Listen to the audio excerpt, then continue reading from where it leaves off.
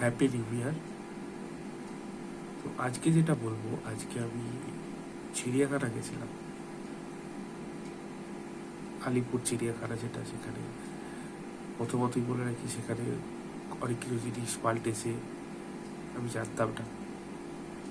আমি তো ব্যাডমিন্টন নিয়ে গেছিলাম খেলার জন্য, গিয়ে দেখি বড় বড় করে লেখা এখানে ব্যাডমিন্টন খেলা নিষেধ ইত্যাদি ইত্যাদি। তো আমি ভদ্র ছেলের মতো ব্যাডমিন্টনটা না খেলে ব্যাগের ভিতরে রেখে দিলাম। কিন্তু কিছুক্ষণ পর দেখি আমার ব্যাডমিন্টনটা আশ্চর্যজনকভাবে গায়েব হয়ে গেল।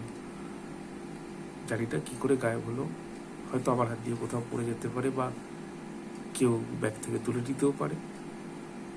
বক্তব্য সেটা নয়, বক্তব্যটা হচ্ছে চিড়িয়াখানায় বড় বড় করে পোস্টার টাঙিয়ে দিয়েছে যে এখানে ব্যাডমিন্টন খেলা যাবে না, ক্রিকেট খেলা যাবে না, ফুটবল খেলা যাবে না। অথচ যখন এক্সিট গেটের সামনে আমি বেরোই, তখন দেখি দিব্যি লোকেরা খেলছে। মানে ভাই, আমার সাথে তো বয়ে বয়ে কেস হয়ে গেল।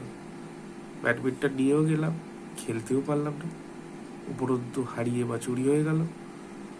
আবার এক্সিট গেটের সামনে গিয়ে দেখি বাকিরা খেলছে, আমি তো হা হয়ে দাঁড়িয়ে গেলাম। তাহলে লেখার মানেটা কি এইগুলো, যে এখানে ব্যাডমিন্টন খেলা যাবে না? সেটাই তো বুঝতে পারলাম না। উল্টে 80 টাকা চোরা হয়ে গেল।